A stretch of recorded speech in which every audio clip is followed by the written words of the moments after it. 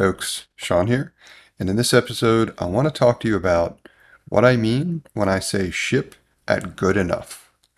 You may have heard this phrase before, but it goes something along the lines of this. Perfection is the enemy of good.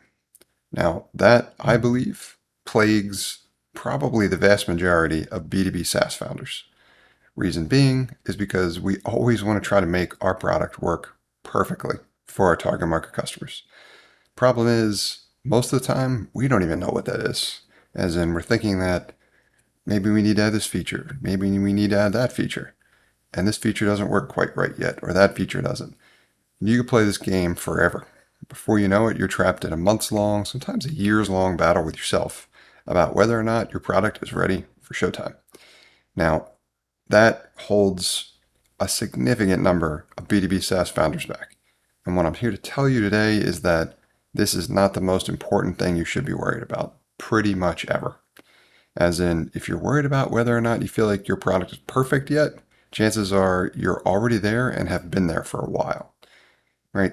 Now, I want to talk to you about a couple of easier ways to think about this so that you can manage it in a way that is more straightforward and enables you to kind of get out of your own way, because that's what I find to be the biggest problem and more than likely the easiest solution when you're experiencing a problem like this.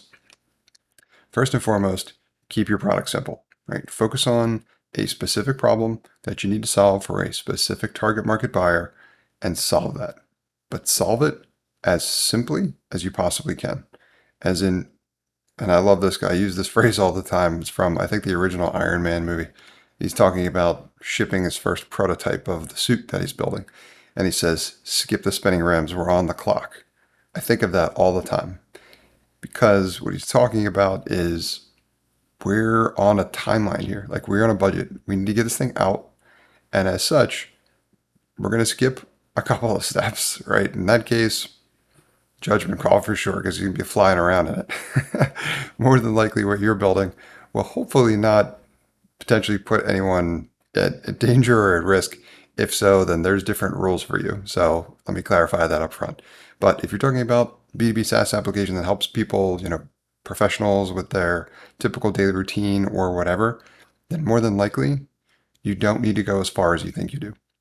And in terms of figuring out where that line is, functionality, how well the features you've already built into the product experience work, more than likely it's going to be after you start sharing it with people. But those people have to not be you. You need random strangers, in my opinion, is the best because they don't have any potential kind of inherent bias towards telling you what you want to hear. I call that the friends and family effect. That's powerful as well, but in the opposite direction, as in that can work against what it is you're trying to do. You need people to try to understand what your product is, learn what it's supposedly capable of doing for them, actually try it to see whether or not it lives up to the expectations, and then give you feedback in terms of how well it actually does that. You need that full cycle of feedback to really get a better idea in terms of where you are with your product. Before you get this feedback, you can't really think about anything else. Can't think about scaling, can't really think about raising, can't think about your margins, whatever it is. Like, you need to verify this as soon as possible after you've committed to building your product. But at the same time, you need to make sure that you don't go too far, because that will trap you in this phase and it might feel like a never-ending cycle that you never get out of. And I've seen the story so many times.